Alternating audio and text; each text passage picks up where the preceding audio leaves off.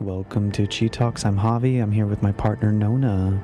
I'm going to start off with a quick quote.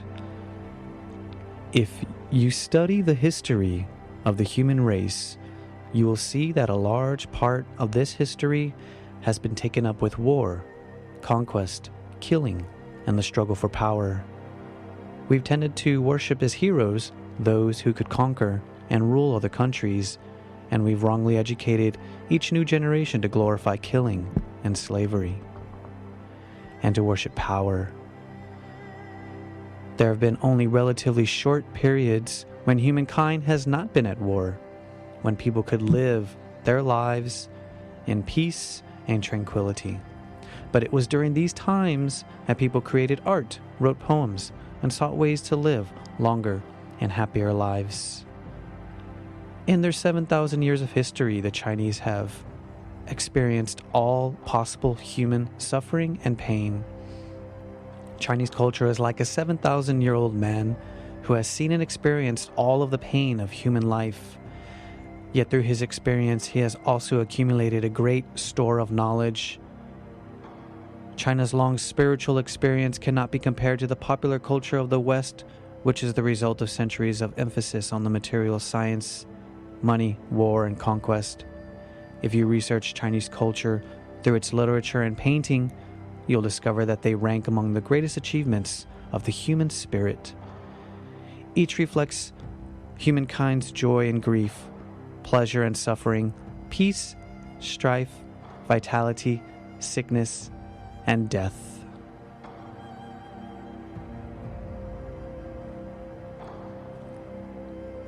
And good morning. Thank you for joining us today. This is another episode of Chi Talks, and I'm Javi. I'm here with my partner Nona. And if everything is about Chi, if all is made of Chi and energy, then we have a lot to discuss. So let's get started. What do we have planned today? We've got a lot on the schedule.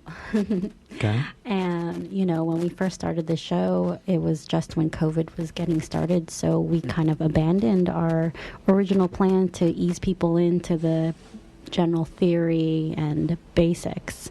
And we went straight for talking about immunity. So we just want to get back to the foundation and give our listeners who might not be that familiar with Qi and Qigong, the practices, and give you a good foundation for understanding other topics that we might be discussing, to give you the lens, I say, of the energy lens that the Chinese tradition and I'm Japanese. The Japanese tradition also has within it. I was thinking of what to put on, say, like a general Chi Talks promo, and I had this silly idea of starting with the question of, what if you entered a country where no one brushed their teeth? No one. It's a silly way to introduce it, You get a but vision. Definitely get a visual. I had this idea, what if there was a place you entered this new, you went on travels and you entered this new foreign land and no one was taking care of them in any way. And for a Qigong practitioner, someone who's been taking care of their body through the ideas of energy, Qigong is like brushing the teeth for the entire body. And so when you come upon a country or a tradition, a place, a land where no one is practicing, it could possibly feel like people are not doing the most basic things for themselves to a practice that could potentially release your potential for vitality and longevity, wellness, optimum movement, and activity in life. So, as you said, China has this 7,000-year-old history, and so this is a practice that has been developed over those years in order to sustain a whole nation of peoples. So that was my meditation on how I would describe the practice and why I would encourage people to look into it and consider energy work. And I think later we'll discuss a little bit of the practice that you've been offering in our free classes weekly on Tuesdays. Yeah, definitely. I've hit the internet like everyone else, it seems, and I'm offering some free classes on Tuesday to help get the visual and the practical aspect of the practice. Whereas here we are trying to talk about theory and lay down the conceptualization of energy and maybe create a lens for it. Yeah. I wanted to just give viewer or listeners a visualization with the analogy of brushing the teeth, and you're saying that Qigong is like brushing the teeth for the body. So when you say that, I think of all the rivers and streams within the body, and we often talk about the channels as rivers and streams, and the main energy channels as vessels and reservoirs. So if you think of your body as like in the torso, there are these main vessels, and we can get to that. And then going out of the limbs, there's these rivers and streams, and eventually, they get smaller as they spread out of the center of the body. And so, if you can think of like brushing the teeth, the way you clean your teeth, and cleaning your body in the way that the body's made up of these rivers and streams, then you get an idea that you're washing the body. And in the same way that rivers and streams maybe get plugged up, they need some help.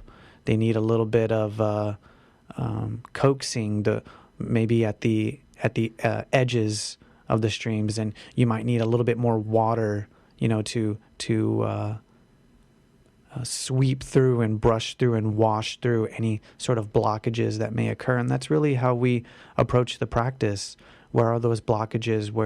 What is stopping circulation flow? And then how do you wash those blockages through? Yeah, we like to talk about those blockages as stagnation, and that's what keeps things from flowing. And I think that's, I'll touch on it in a little bit, actually, Okay. And talk about how Qi flow in Qigong is seen as health. That equals health and well-being. And so we'll talk about flow and stagnation. But I wanted to go over quickly what we wanted to touch upon today. We wanted to do a brief introduction of who we are. Okay. We've got some feedback of who are these people on K-Mud talking about Qigong. That's the feedback we got? What right do they have? Well, no, a question, I guess. Okay. That came to us. And then we also wanted to touch on today a little bit of history and background of Qigong, as Javi talked about in that quote, a 7,000-year-old history. We just wanted to talk about the 4 schools of Qigong that has developed over the 7,000-year-old development, and then touch on 4 basic points that I felt like if I was asked the question of like what would the first things you would tell someone about Qigong be, I wrote down a few things. And then we'll move on to a question that might be helpful, because a lot of people might not be as familiar with Qigong, but they might be more familiar with Tai Chi, which is become pretty popular worldwide. And so there's the question of how do those two things relate? Great. So those are the topics we wanted to cover. And I think we pretty will, ambitious. we will open the lines, will we? Yeah, we will definitely open the lines. So at any point, if you're something's unclear, or if you have a question, if you have had experiences of your own, feel free to drop us a line here. And I can take email questions too. Oh, fantastic. If you want to call into the studio, our lovely engineer Tanya can help you out. And that phone number is 923-3911. And you can also email Javi live here. Keep your answers pretty concise for us, but your questions pretty concise for us. And that is Talking Chi. That's talking, and then QI is how you spell Chi. Talking QI at gmail.com. You'll be able to reach us. All right, so let's get started with who are you, Javi? Who am I? Who am I as I'm looking at my reflection on a pond, on a still day? Who am I? Without getting too esoteric here. So you want to, with regards to the Qigong and Tai Chi. In regards to your experience, yeah. So my background is in martial arts, and I grew up doing martial arts as a kid. I grew up doing karate. And I remember this very distinct experience when I lived in Florida, and I was trying these different martial arts, and I ended up coming upon a Tai Chi class, and I actually ended up making some good friends there, and I stayed there for a while. But there was this one situation in the class where the teacher gave us a guided exercise, and I remember he said, I don't really do this until maybe there's a little bit more experience, but he's like, what the heck? And so he asked us to form your curl your fingers and face the palms towards one another. And just get an awareness of, the feeling between your hands, and keep your shoulders relaxed, and, keep your neck relaxed, and then just soften your breathing. And he said, just try to keep an awareness of the space between your palms, between your hands, and then, give a little bit of pressure, and give a little bit of a squeeze, and then just, subtly release that pressure, and then open the hands, and then sort of like an accordion, just give this subtle squeeze in, and then open them out. And then, all of a sudden I got this feeling of this strange feeling that I couldn't describe of, this space in between the hands. And I was sort of feeling this empty space in between the hands, but I had this feeling distinctly like there was something there pressing against the skin of my palms, of my hands. And he said, well, if you feel something, that's likely the symptoms of, feeling energy, or your energy between your hands, between your palms. So that was a very clear and distinct experience, for me, which just opened the door and opened my mind to what is in the unseen, what is beneath the surface of all that we see. So in feeling something that is not seen, in the space, in the air. So that's what caused me to pursue studies of Tai Chi and Qigong and meditation. And that's what caused me to move here to Northern California to study under my teacher. That was about 12 years ago. and haven't left. And now I'm here in this local community, and we're sharing and just, getting, coming off the mountain, if you will. So the mountain Javi's talking about is the school where we both studied. Javi for 10 years or so. He was in a Chinese Gong Fu, Shaolin Gong Fu, as well as Tai Chi Chuan, and meditation and Qigong arts. So that was a 10-year program, a discipleship actually, under our teacher Yang Ming from Taiwan, and who were always quoting who we are always quoting. So when we refer to our teacher, that is our direct line. And he's written a lot of books and DVDs, so he'll be easy to find. If you look him up, you can look under YMAA, and he's the founder of that organization. Started in Boston. And so that's who am I. That's who I am. That's Javi in a nutshell. With regard to Qigong. In a Qigong nutshell. Yeah. And then for myself, my program was 3 years at the school, and not focused at all on Shaolin, the harder arts, but the soft arts of Tai Chi and internal arts. What they mean.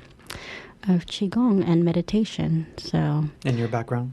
And my background, I was a late bloomer when it came to Tai Chi. Only a year or so before I entered the full-time, and both our programs are full-time, live-in, 6 days a week, 12 hours a day practice programs. So it was a very immersive, experiential education and full-time.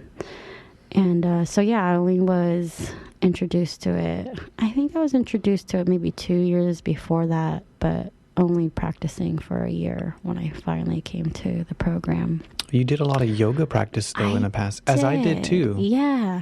That's a good thing to mention, because... which we say are brother and sister. Totally. Our teacher, Dr. Yang, he talks about how yoga is Qigong. It's just the Indian culture's version of it. And it is in many ways, although I would say, the West has adopted the asana practice, which is very in the physical plane versus the energetic plane. There's not very much focus on the energy plane, which there's a lot of manipulation of the energy body when you manipulate the breath body and the physical body. So we'll talk about that in a moment as well. But I think that makes a big difference of how the West practices yoga versus another layer that Qigong provides, what we label as Qigong provides. It's a good opportunity to segue into the history in that the Qigong was heavily influenced, from India, as Damo, a monk, a Buddhist monk, came over to China. So definitely a huge influence from India in Chinese historical exploration of energy in the body. And there's a specific person and story who actually brought practices to the monasteries of ancient China, and his name was Damo. And that's, talking about the meditative breathing practices, right, on that vein of it. But there's a lot that falls under the Qigong umbrella also. And so I think our history of that starts with even acupressure, manipulation, which is, has evolved into acupuncture. And that started long before Damo. That's about 4,000 years ago, blunt objects, sharp objects were discovered and thought to be used as sort of massage tools, acupressure tools, if you think just to, massage the body or get a feeling or a sense of relief in the body, in the muscle tissues. So eventually, you could say that was the root of acupuncture, which then was used to implement needling into the body for, again, relief, stimulation of blood flow. So then we would say that there are 4 schools. Historically, the medical Qigong. The scholar Qigong came first. Scholar Qigong came first. A big emphasis on mental calmness and stability as a route for health and wellness and longevity. And then I always get confused. I know Mixed up. it's so related, right? Because they overlap. Yeah, definitely. So there's the scholar Qigong and then the medical Qigong that came for healing. So that's more of your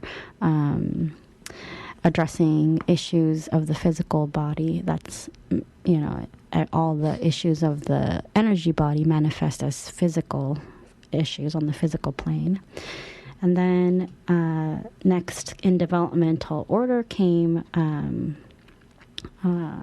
martial and spiritual Qigong. So we have martial Qigong is at the root of all your martial arts. So it's the internal practice side of the external fighting arts, defensive arts.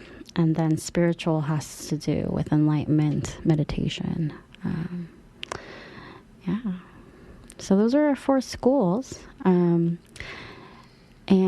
like Javi says, they're very easy to intermingle because the same practice can result in all 4 goals being able to be attained. So I guess the basic difference of the 4 schools is what the focus is of the practice.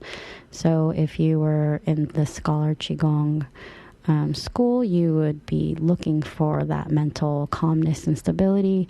The health, the medical, you'd be looking for health and longevity, and martial, physical ability and combat, and spiritual ability to reach enlightened state of being. But those are related because, say, for mental peace, you also gain health when you have mental peace, right? And if you had mental peace, it makes you a better fighter. You also are able to attain enlightened space. So working towards any one of those goals can also help your path on the others. So they're indeed one and the same, separate but different, separate but the same. Yeah. Yeah, I would say, even throughout the day, different moments of the day and your different moods of the day too, implementing practices of each of those, as well as utilizing, the practices themselves, the best of the practices. And then I'd also say that the principles are foundational, and understanding the principles, then you can start to apply that framework, the Qigong framework, to the rest of your life. And I think for me, that's the most important thing, is understanding the principles, so that as you encounter situations and a different map and a different terrain throughout your life, you understanding these principles, you understand that, okay, there's work here, there's an energy exchange here, and there's a desire for harmony here as well in any given situation. Yeah, and that harmony is definitely key and central in a lot of the thought here. It's a good lens to have. And yeah, we're going to throw it back to Tanya for just a moment here. And you got to tune to the mud, and we're doing chi talks right now. So we're back to talking about chi here. Energy pervades all the universe. But we're going to bring it back down to ourselves here, back to you, within your body, and outside and inside your body, whatever energy surrounds you. And Qigong really helps you focus your life's energy on yourself in times when our attention is often brought outwards. So in a world where your mind might be external to yourself, Qigong practice invites that energy to be brought back internally, so that we take moments for self-care, for sustenance. And so we invite you to join us as we talk about this lens of energy within ourselves. Javi had mentioned earlier about the rivers flowing through the body, and that would be on a future talk, we'll talk about Qi Anatomy 101, about the rivers and our Dantian energy centers. And the vessels. And the vessels, or the reservoirs of energy.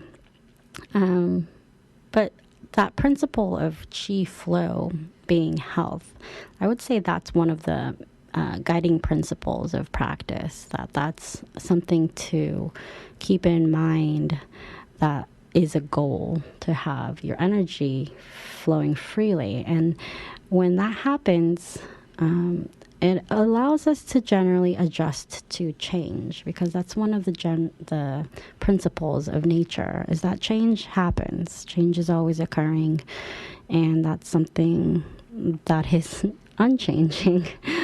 And so our ability to adjust to this change equals harmony, or harmonizing with the current situation, harmonizing with other beings, other parties involved.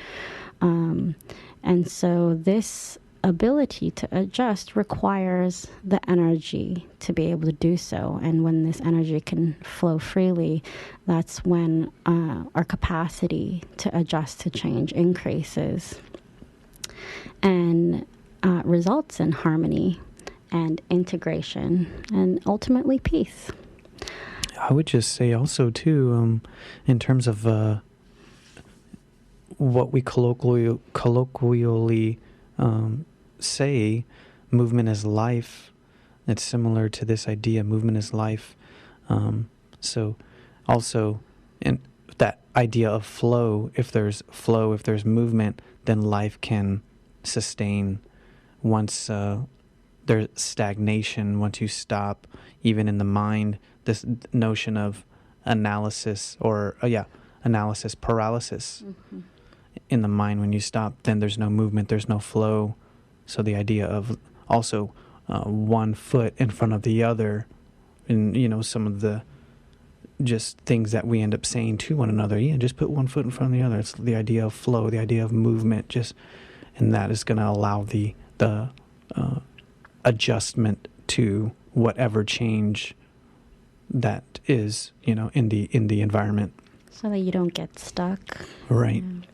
And we could say, yes, stagnation can lead to death. Blockage, stagnation. I mean, just in the arteries itself, and if there's a blockage in the arteries, to the heart, or if there's a blockage in the brain, in the arteries of the brain, there's hemorrhaging, stroke, heart attack. Those are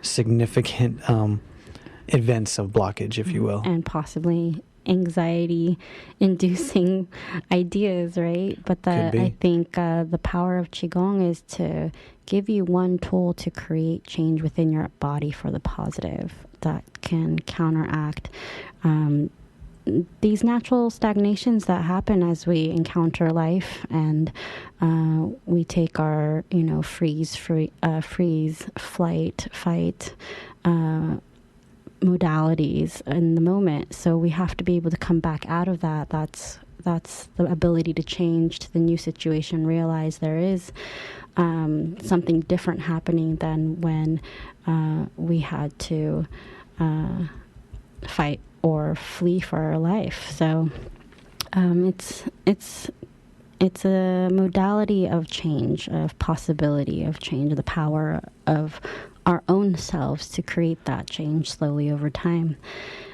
So flow, adequate Qi flow equaling health. I just wanted to touch on that word adequate.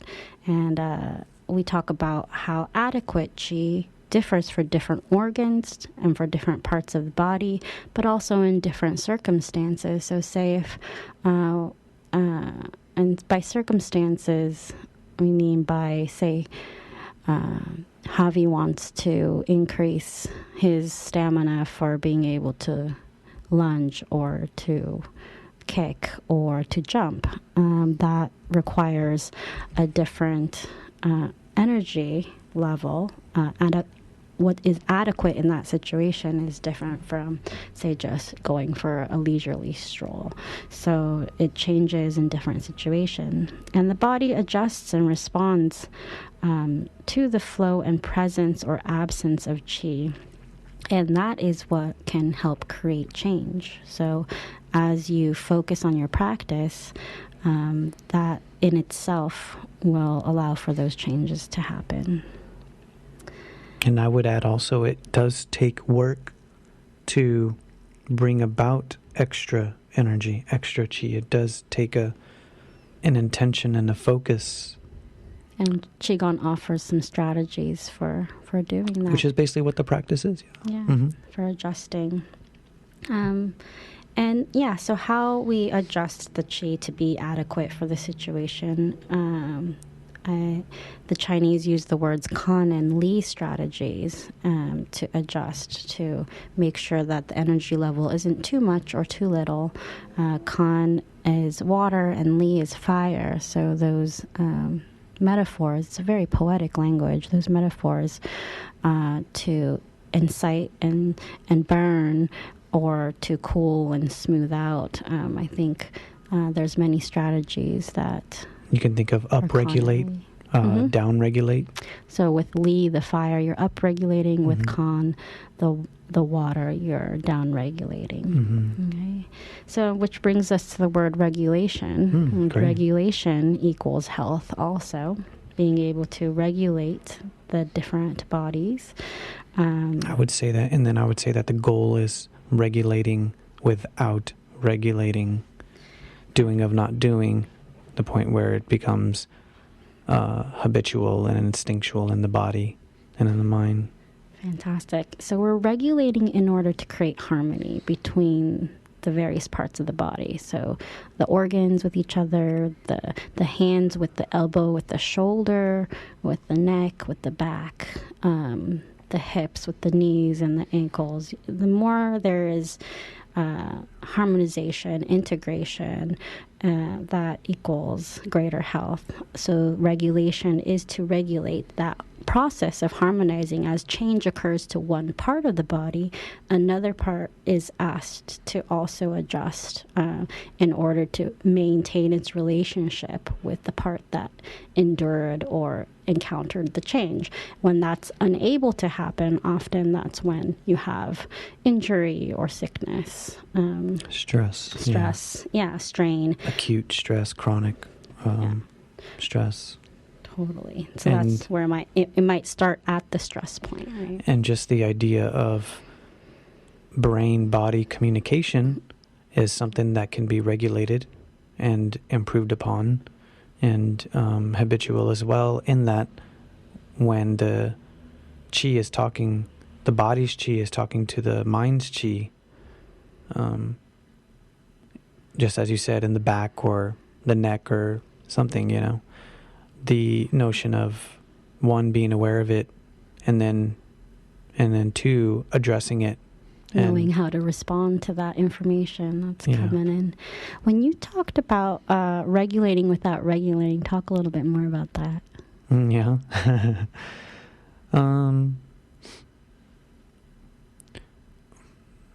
Well, so the practice is the regulating part. That's the practice. And the goal is to regulate without regulating. So the goal is to practice without practicing. And that just means life integration. Habit forming.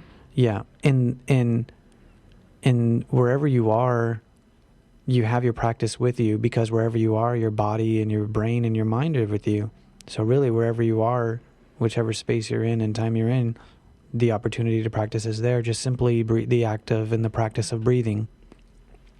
As a foundational practice and an integral practice, just breathing, deep abdominal breathing, or knowing how to upregulate or downregulate your breathing, the kan and li of breathing in whatever moment you happen to be in. So one, are you aware or conscious of how you are addressing or adjusting your breathing to various moments in life? Two, do you even need to be aware of upregulating or downregulating your breathing in various moments of life? 2 or 3, does it just happen on its own? So those are just things to think about in the spectrum of regulation. That's great. So ideally, regulating without regulating, doing of no doing, is to let it happen naturally, to have a practice that creates habits that serve you so well that you don't actually have to think about it anymore. And I think that's a great goal, but until we get there, we often have to put our mind there and do a practice, because this society somehow invites us more not to have good habits for ourselves, but really deteriorating habits instead. So we often pick up habits along life's path that don't serve us so well because of the way society is structured, because of other people's economic desire for gain, and just maybe lack of knowledge and understanding possibly too. And we pick up these habits that don't really serve us in the long run. So we have to counteract that actively by creating habits for ourselves that really do take us through life in good health and peace. So I would say that all those, if they're not serving us, and whether they are or they're not serving us, they're all acts of love. Definitely. Right. Yeah. And in those self-serving acts, their desires for relief, their desires for a peaceful state, an altered state, with whichever tools that you have or have had access to, whatever learning you have access to, you'll be using those tools. Definitely. So yeah, so it's important to help provide others with these tools as well, which is what we're trying to do. Yeah, and that loops back to that concept of change, because what you are responding to with one tool might not work in the next moment, even when things around you are changing. So it's the idea of being able to have a lot of tools in your tool bag and be able to that will more so help you adjust to the changes around you and help you harmonize and adjust. All right. Fantastic. So, we've talked about, the first point was chi flow, adequate chi flow is health. Then we talked about regulation is also health. And now I want to introduce that relaxation is also health as a main point of one of the first goals of Qigong, and a continuing goal of Qigong actually throughout. And I would say that's another point of regulation as well. Mm-hmm. Trying to regulate a relaxed state, which, as I said, is something that a lot of the tools try to bring us to. A lot of the tools that we implement in our lives are tools to try to seek a relaxed state, which again is a act of love, And so whatever tools you have access to, you're going to use. Qigong is one of those tools. Various, and we know that people might take a drink, people might take a smoke, people might take a walk, people might totally. Have a laugh, people might. And there's different categories. Have a snooze. There's different categories our teacher introduces to put those in different categories. So one is air, food, and water, and herbs, right? Mm-hmm. Herbs fall into Qigong strategy. And I would say that the one of the higher levels is to use the mind, because we know that the mind can also facilitate this so not desired state. Not relying on an external right. Source of it, trying to rely on your own independent ability to bring about change for yourself, adjust your chi. Yeah, in this case, the relaxed state. And using the mind to say, okay, I am relaxed. I am relaxation. I am embodying relaxation. My mind is holding a relaxed state. My body is now, releasing all unnecessary tension and relaxing, which is the practice of meditation. There you go. And so we've touched on the external sources of herbs, food, water, air, and then we've touched on the mind. There's also, you mentioned taking a walk, so that often involves communing with nature, and that nature is another source of ability to adjust chi. And there's also acupuncture. Mm-hmm. That's also an external source. But acupuncture and massage go hand in hand. I would say that's why Tai Chi has become so widespread, and people are feeling the benefits of this, slow-moving meditation, this particular Qigong. A lot of people ask, is Tai Chi Qigong? Is Qigong Tai Chi? What is what? What's the difference? We'll get to A lot. Okay. No, it's good. Yeah, so a big part of Tai Chi, what I was going to say is the relaxation in movement, where a lot of times our movement is not so relaxed as we move, from one point to the other in our daily lives. This movement is often an anxious movement, carrying tension. Yeah, what we might say a stiff, movement. Not holding relaxation, not holding maybe a grace, not being in breath, not being embodied in mind and in body. Yeah. So we have external food and herbs. We have mental meditation. We have nature and massage and acupuncture and movement. Are some of the major categories of that source. So relaxation. And when we talk about relaxation, our teacher also talks about the levels of relaxation. There's seeming to be relaxed on the surface level. Then there's a deeper relaxation that happens within the tissues and the muscles and muscle tendons and ligaments. And then you can even go deeper. So from the skin surface, you go into the tissue, the movement tissues, and then deeper into the organs. So you can start having organ level relaxation. And then even deeper than that is right to the bone marrow.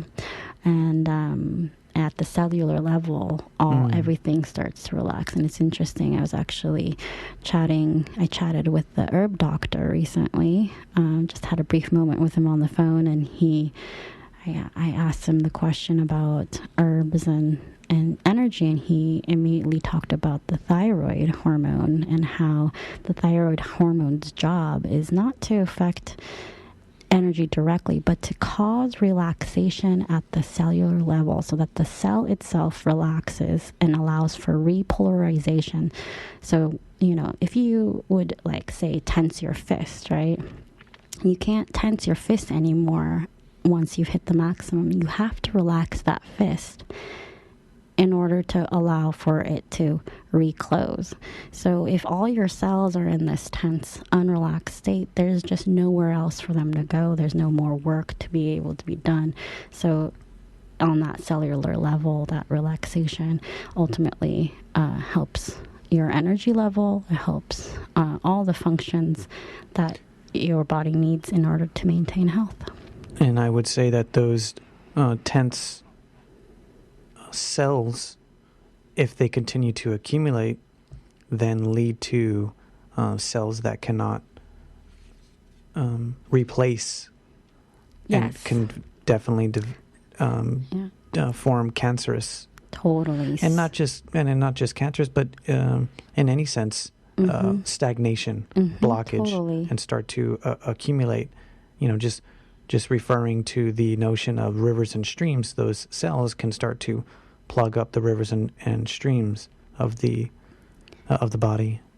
Yeah, definitely. Cell regeneration is definitely a key aspect of what Qigong allows you to do with integrity and with adequate energy. So as you bolster the energy and flow within your body, you're allowing for each cell where it needs to change and replicate and adjust to the environmental conditions you're creating through movement and other means, your body cells are using that information and then replicating and creating proteins and using its DNA information to respond to the environment. And the environment is the conditions you create within your own body for yourself, with the food you eat, the air you breathe, the positions that you take, the work you ask of your tissues.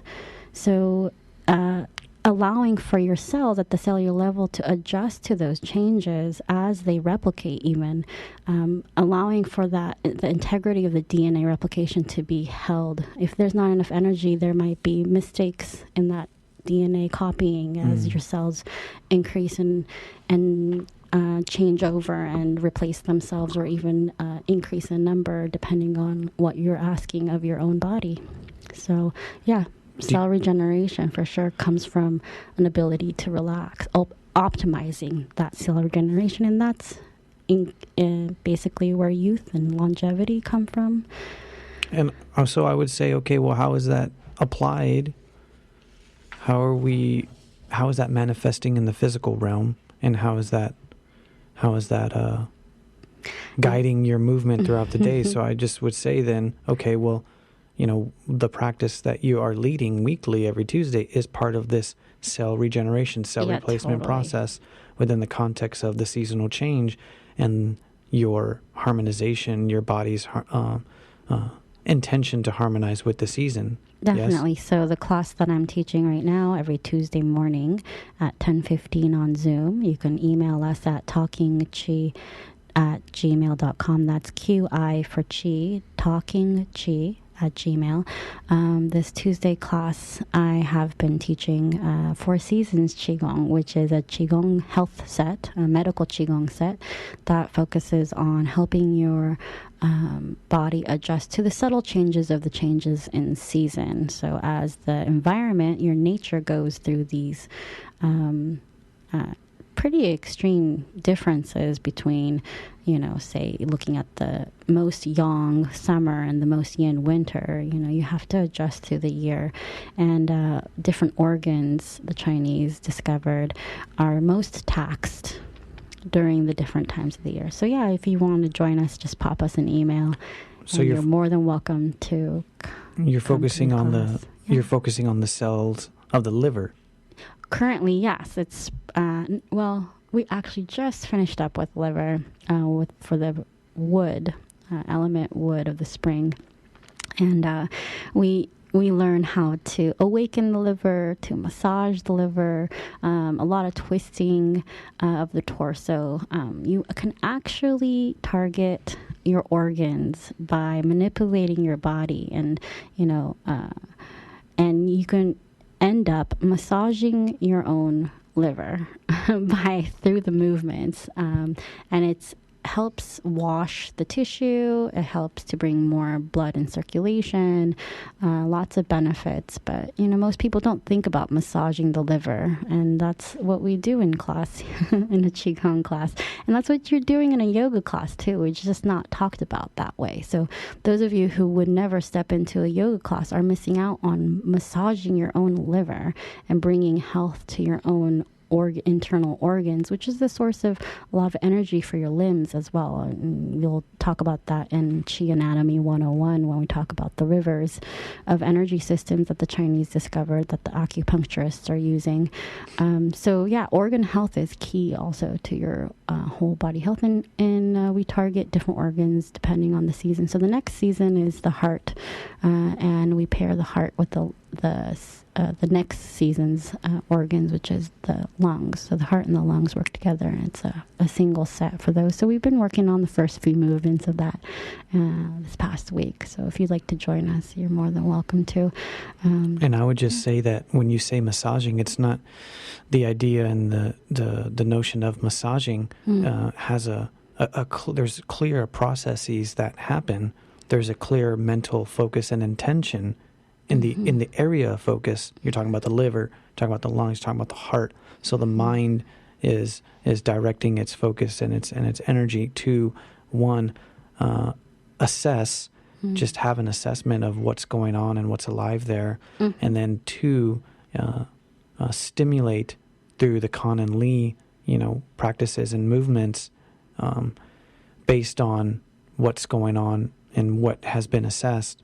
And then, 3, as you said, moving and contorting the body to get deeper into the organ itself. Mm-hmm. And then going through the process of getting deeper in moving and contorting and opening as the area starts to warm up. Mm-hmm. As the area starts to warm up, the cells become more active. You get deeper into the tissue, deeper into the cells. And so this process of massaging takes time, takes work, and it takes time in the session. And then it also takes time over, months and years. Definitely. Yeah. So I like what you're saying about how there's a process of massage, and it's really, I like to talk about it in class too, is that the sets are really nicely designed to help you move through that process. So it's really, that ancient wisdom is held in that design of the order of exercises and the way that they're laid out. They're also made to be accessible. So most of the medical Qigong sets are for the layperson. Mm-hmm. And so it's a really great place to start if you're not familiar with Qigong. And it's more accessible to more people than yoga is initially, as it is presented to the West, at least in asanas and classes where you have a mat and you're in really extreme downward dog and upward dog really right away, and chair pose. It's usually too intense for most people who have not previously engaged in, self-care in that kind of way. So Qigong offers a nice stepping stone to be able to massage gently and do some self-care, get deep into the tissues, but also create flow. So you're talking about how the mind goes to the liver or whatever your organ you're working on, but you also want to allow for that harmonization to happen at the end. And you got to remember that that's the end goal. You don't want to keep your mind in the location of intense work. Afterwards, you want to lead it away and get some full body integration. So we'd cover all that in our Tuesday class. I would say get with Nona and get to her class if you want to learn how to do that more. It looks like we got to wrap it up. Yeah, you're going to have to tune in next month to get the answer to the question of how are Tai Chi and Qigong related. So you'll just have to tune in to the third Thursday of July as we have come to the end of our show this time. Hope you enjoyed. You can catch it again on instant replay on our archives on our website, kmud.org. We hope you enjoyed today and have a wonderful day.